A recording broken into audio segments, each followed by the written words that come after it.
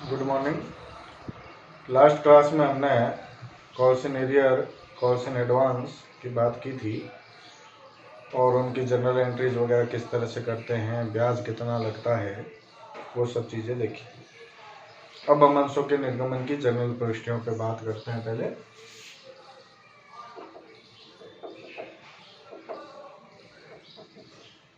अंशों के निर्गमन पर जनरल प्रविष्टि। हालांकि ये पोर्शन आपको आता ही होगा, सबको काफ़ी बार पढ़ा हुआ है आप लोगों ने, 12th क्लास में भी पढ़ा हुआ है, फिर भी एक बार रिवाइज हो जाएगा आपका।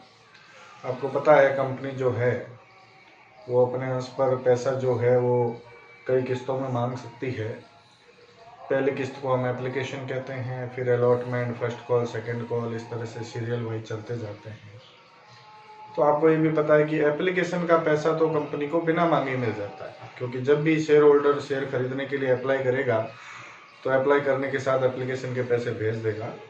तो एप्लीकेशन के पैसे तो बिना मांगे मिल जाते हैं। तो एप्लीकेशन की एंट्रीज में बैंक की एंट्री पहले होगी और कैपिटल में ट्रांसफ़र की एंट्री बाद में होगी। बाकी सब चीज़ों में, चाहे वो अलॉटमेंट है चाहे कॉल्स है, उनमें आपके कैपिटल वाली एंट्री पहले करनी पड़ेगी। पैसा ड्यू हो जाएगा, उसके बाद ही प्राप्त होगा, क्योंकि पहले कंपनी पैसा मांगेगी, उसके बाद वो पैसा कंपनी को प्राप्त होगा।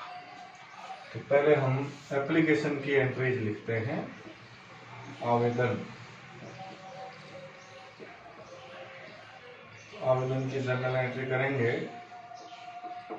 आवेदन की राशि प्राप्त होने पर bank account debit to share application account. अब शेयर लिखा है, इक्विटी शेयर होगा तो इक्विटी शेयर एप्लीकेशन लिख देंगे, प्रेफरेंस शेयर होगा तो प्रेफरेंस शेयर लिख देंगे। 2 नंबर, राशि हस्तांतरित करने पर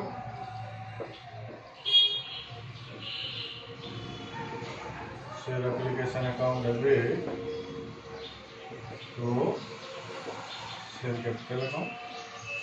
ये तो हो गई एप्लीकेशन की एंट्री। उसके बाद आती है अलॉटमेंट, आवंटन। अलॉटमेंट की एंट्रीज पहले आवंटन की राशि को ड्यू करेंगे। आवंटन की राशि ड्यू करेंगे मतलब देय होने पर।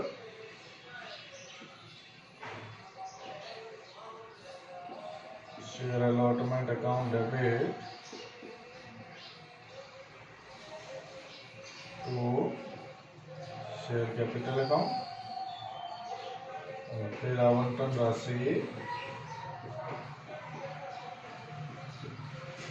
प्राप्त होने पर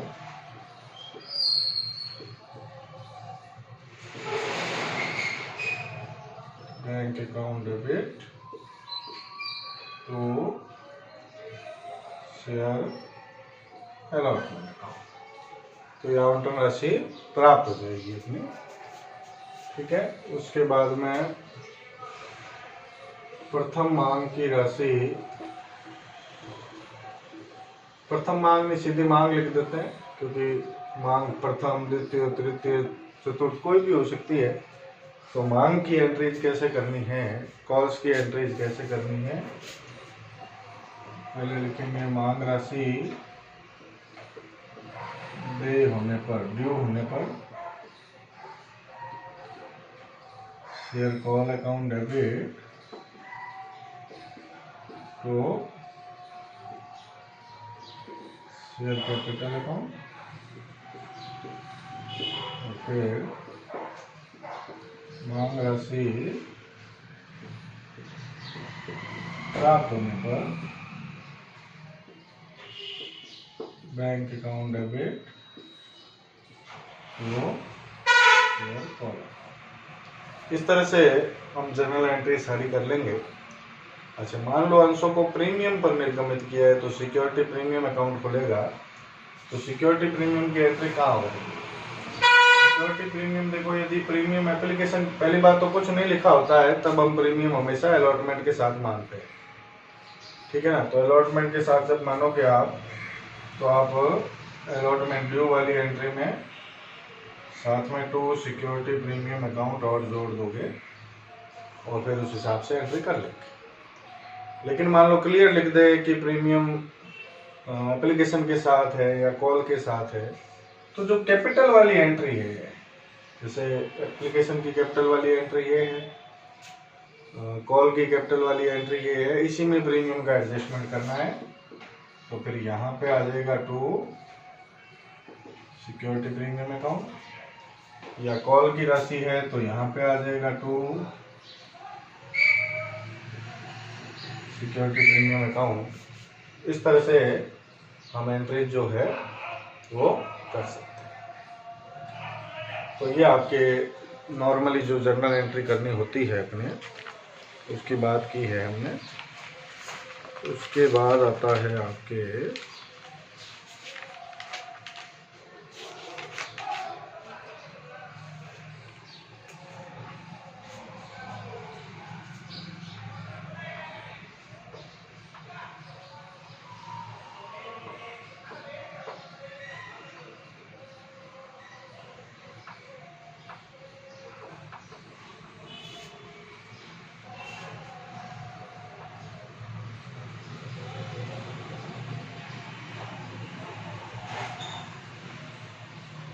अब हम बात करते हैं प्रीमियम की राशि का उपयोग।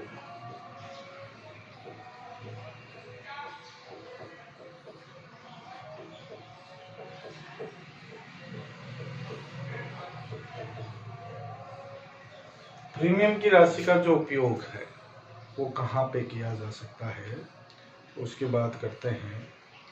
तो पहली बात तो इसके लिए कंपनी अधिनियम 2013 जो है उसकी धारा 52(2), कंपनी अधिनियम 2013 की धारा 52 और सब सेक्शन 2 के अंतर्गत प्रीमियम की जो राशि प्राप्त होती है कंपनी को, वो एक पूंजीगत प्राप्ति होती है। आयगत प्राप्ति तो होती नहीं है, आप लोगों को पता है भाई। आयगत प्राप्ति और पूंजीगत प्राप्ति में फर्क क्या है? आयगत प्राप्ति हम किसको कहते हैं कि व्यापार की जो सामान्य गतिविधियां हैं, जैसे माल बेचना, माल खरीदना, उनसे यदि कोई लाभ होता है तो वो आयगत प्राप्ति है, ठीक है ना। जो रेगुलर बेसिस पे चलती है हमारी प्राप्ति, वो आयगत प्राप्ति होती है। लेकिन जो प्राप्ति सामान्य गतिविधियों से नहीं हो रही, अब शेयर इश्यू करना कोई व्यापार की सामान्य गतिविधि तो है नहीं, रेगुलर चलने वाली प्रक्रिया तो है नहीं। ये थोड़ी है कि रोज हम शेयर इश्यू करेंगे, तो कभी कभार इश्यू होने हैं। तो उस शेयर को इश्यू करने पे यदि आपको कोई प्रीमियम की राशि प्राप्त हुई है तो वो आपकी पूंजीगत प्राप्ति है, कैपिटल रेवेन्यू है। तो पूंजीगत प्राप्ति, कैपिटल रिसिप्ट जो है, उस राशि का उपयोग हर जगह किया नहीं जा सकता कंपनी अधिनियम के अंतर्गत। तो ये जो प्रीमियम की राशि प्राप्त हो रही है, ये भी एक पूंजीगत प्राप्ति है। तो इसका उपयोग कहाँ पे हो सकता है, उसकी बात, कौन कौन सी जगह प्रीमियम की राशि का उपयोग किया जा सकता है। पहला, पूर्ण प्रदत्त बोनस अंशों के निर्गमन। पूर्ण प्रदत्त बोनस अंश यदि कंपनी को इश्यू करने हैं तो कंपनी प्रीमियम की राशि से पूर्ण प्रदत्त बोनस अंशों का निर्गमन कर सकती है। 2 नंबर, प्रारंभिक व्ययों को अपलिखित करने में, जो प्रिलिमिनरी एक्सपेंसेस होते हैं, जो कंपनी की स्थापना के समय लगते हैं, वो पूंजीगत खर्चे होते हैं। तो पूंजीगत खर्चों को पूंजीगत प्राप्तियों से एडजस्ट किया जा सकता है। तो प्रारंभिक व्यय यदि कोई हुआ है तो उसको भी हम प्रीमियम की राशि से अपलिखित कर सकते हैं। थर्ड, अंशों अथवा ऋण पत्रों के निर्गमन पर हुए खर्चों को अपलिखित करने में,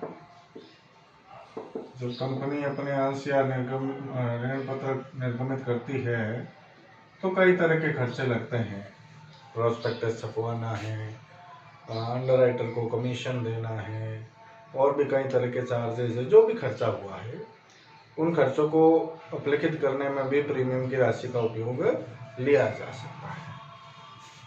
4 नंबर, अधिमान अंशों तथा ऋण पत्रों के शोधन पर देय प्रीमियम की व्यवस्था करना। अब मान लो आप अपने प्रेफरेंस शेयर या डिवेंचर्स का रिडेम्पशन कर रहे हो, शोधन कर रहे हो, तो शोधन करते समय आपको मान लो उनके ऊपर प्रीमियम देना है, तो उस प्रीमियम की राशि कहाँ से आएगी? तो आप प्रीमियम की राशि इस प्रीमियम में से एडजस्ट कर सकते हो। जो आपको प्रीमियम प्राप्त हुआ है उसमें से उस प्रीमियम की राशि को एडजस्ट कर सकते हैं। अंशों की वापसी खरीदना, by back of share. Company अपने इक्विटी अंशों को वापस भी खरीद सकती है, तो वापस खरीदने के लिए जो फंड की आवश्यकता होगी वो फंड आप प्रीमियम में से कवर कर सकते हो। इसके अलावा तो यही है, इस प्रीमियम की राशि का उपयोग यहाँ पे किया जा सकता है, ठीक है ना। तो इसके अलावा हम बात करें प्रीमियम को बैलेंस शीट में कहाँ शो किया जाएगा। आपको पता है कंपनियों की बैलेंस शीट जो होती है वर्टिकल फॉर्मेट में बनती है। तो जो वर्टिकल फॉर्मेट होता है उसमें एक हेडिंग होती है शेयर होल्डर फंड। इस हेडिंग में एक सब हेडिंग होती है रिजर्व एंड सरप्लस। आप प्रीमियम की राशि को इस सब हेडिंग के अंतर्गत दिखा सकते हो, सिक्योरिटी प्रीमियम अकाउंट। ये जो सब हेडिंग है, इस सब हेडिंग में प्रीमियम की राशि को दर्शाया जा सकता है, ये आपको ध्यान रखना है। तो ये बात हो गई अपने प्रीमियम से संबंधित। और बट्टे की बात यदि हम करें, अंशों का बट्टे पर निर्गमन, तो कंपनी अधिनियम 2013 जो है उसकी धारा 53 के अनुसार अब कोई भी कंपनी अपने अंशों का बट्टे पर सार्वजनिक निर्गमन नहीं कर सकती। 2013 से पहले जो एक्ट चलता था कंपनी अधिनियम 1956, उसके अंतर्गत तो कंपनी अपने अंशों का बट्टे पर निर्गमन कर सकती थी। हालांकि बट्टे पर निर्गमन की कुछ शर्तें होती थी, कुछ लिमिट्स होती थी, लेकिन कर सकती थी। लेकिन कंपनी अधिनियम 2013 के अंतर्गत अब जो कोई भी कंपनी है वो बट्टे पर अंशों का सार्वजनिक निर्गमन नहीं कर सकती। केवल और केवल जो स्वेट इक्विटी अंश होते हैं, जिनको कंपनी अपने अंशधारियों को देती है, कर्मचारियों को देती है उनकी परफॉर्मेंस के बेस पे, उनको कंपनी बट्टे पर निर्गमित कर सकती है। इसके अलावा किसी भी तरह के अंश को कंपनी बट्टे पर निर्गमित, ऋण पत्रों को कर सकती है, अंश केवल, चाहे वो इक्विटी शेयर है चाहे वो प्रेफरेंस शेयर है, अंशों को कंपनी बट्टे पर निर्गमित नहीं कर सकती। केवल स्वेट इक्विटी अंश जो वो तो कर्मचारियों को देने हैं, है ना। सार्वजनिक निर्गमन की बात हो रही है, आप पब्लिक में शेयर इशू कर रहे हो, तो सार्वजनिक निर्गमन में कंपनी बट्टा नहीं दे सकती, डिस्काउंट नहीं दे सकती, ऋण पत्रों के निर्गमन पर दे सकती है, ठीक है ना। अब मान लो 2013 से पहले कंपनी ने कोई शेयर इशू किए थे और बट्टे पर किए हुए थे, और उस बट्टे की हानि जो है, डिस्काउंट की जो हानि है, पूंजीगत हानि है, पता है आपको, और उसको अभी तक अपलिखित नहीं किया है, राइट ऑफ नहीं किया है, तो कंपनी उस बट्टे की हानि को अपने पूंजीगत लाभों, जैसे सिक्योरिटी प्रीमियम है या और कोई पूंजीगत लाभ पड़ा है, तो उन पूंजीगत लाभों से बट्टे की हानि को अपलिखित कर सकती है। लेकिन नया निर्गमन कोई भी 2013 के बाद में कोई भी नया सार्वजनिक निर्गमन कंपनी अंशों का बट्टे पर नहीं कर सकती है। ये बात विशेष रूप से ध्यान, ठीक है। बाकी पोर्शन नेक्स्ट वीडियो में डिस्कस करेंगे। Thank you.